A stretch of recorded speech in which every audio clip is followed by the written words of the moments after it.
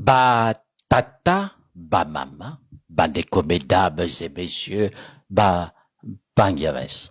Quand le passé devient une menace, le présent étouffe et l'avenir recule.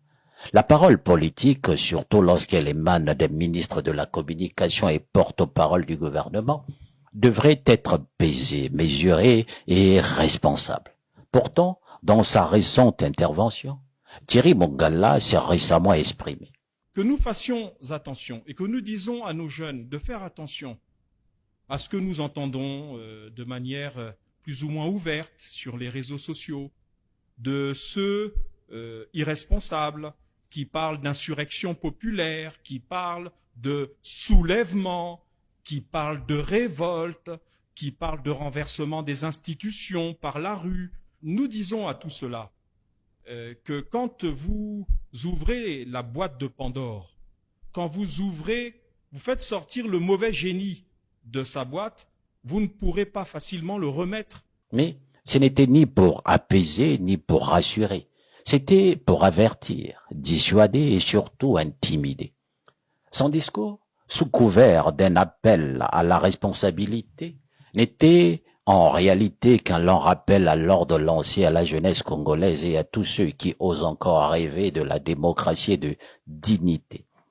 Il a évoqué à plusieurs reprises, d'ailleurs on ne sait pas pourquoi, le 5 juin 1997.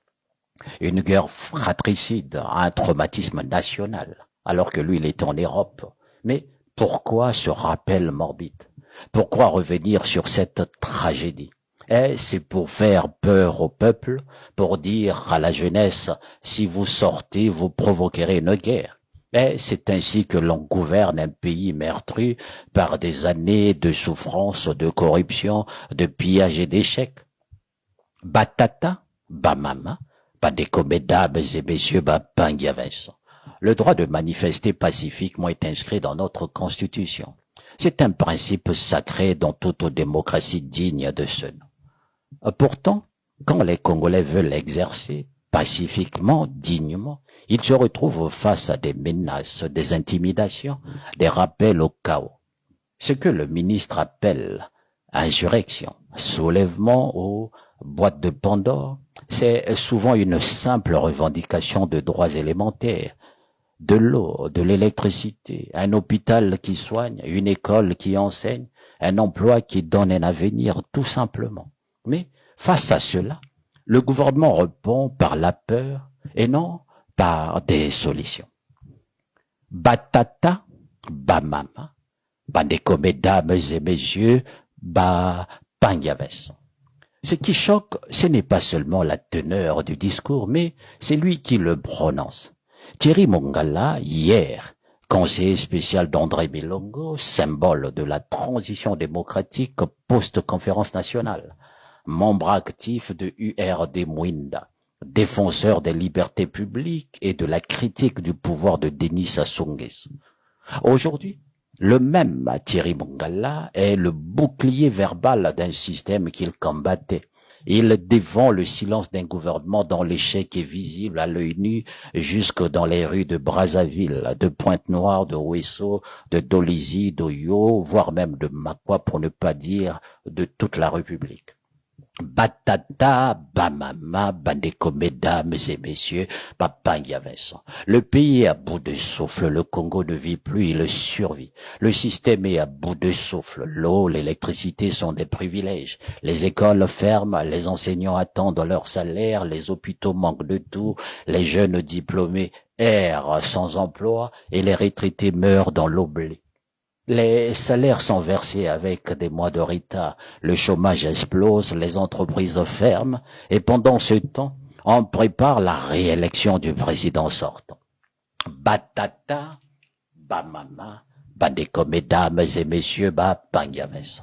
Alors que la jeunesse attendait des emplois, elle recevra sur et certain sans doute des billets de 2000 voire 5000 francs CFA, des t-shirts estampillés du visage du président Denis Sassou Nguesso, des slogans creux sur l'année de la jeunesse.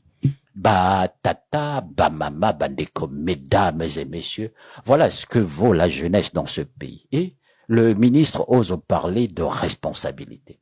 Il parle de forces qui pourraient s'opposer, mais qui les arme, qui les dresse, qui les pousse à bout, sinon ceux qui refusent tout dialogue sincère avec la population.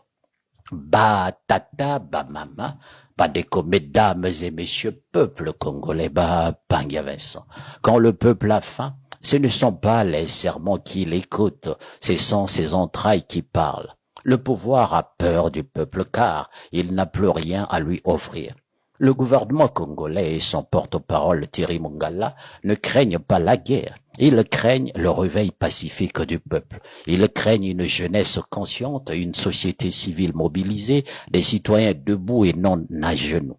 Il n'y a aucune insurrection dans une jeunesse qui réclame un emploi, une éducation décente ou la fin des coupures d'eau, d'électricité.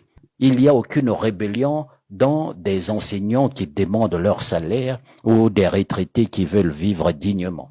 Le droit de manifester pacifiquement ne constitue pas un crime, mais un devoir civique lorsque tout va mal. Le peuple congolais n'appartient pas à un clan politique et la jeunesse n'est pas un décor électoral. Lorsque les gouvernements échouent à servir, les peuples finissent toujours par se lever, lentement mais sûrement. Monsieur le ministre, Thierry Mongala. Mais ce pouvoir incapable de répondre aux besoins fondamentaux du peuple n'a qu'un seul outil, la peur, et le ministre Thierry Mongala en bon relais l'entretient. Ba tata, ba mama, bandeko mesdames et messieurs, ba Panga Vincent. Le ministre Thierry Mongala ferait bien de relire les discours de son mentor, André Milongo, paix à son âme. Peut-être y retrouvera-t-il un peu de cette vérité qu'il semble aujourd'hui avoir oubliée. Batata, bamama, bandeko mesdames et messieurs, peuple congolais. Un pouvoir qui tremble devant ses propres citoyens a déjà perdu sa légitimité. Et un peuple qui ne réclame plus devient esclave de ses bourreaux. À méditer.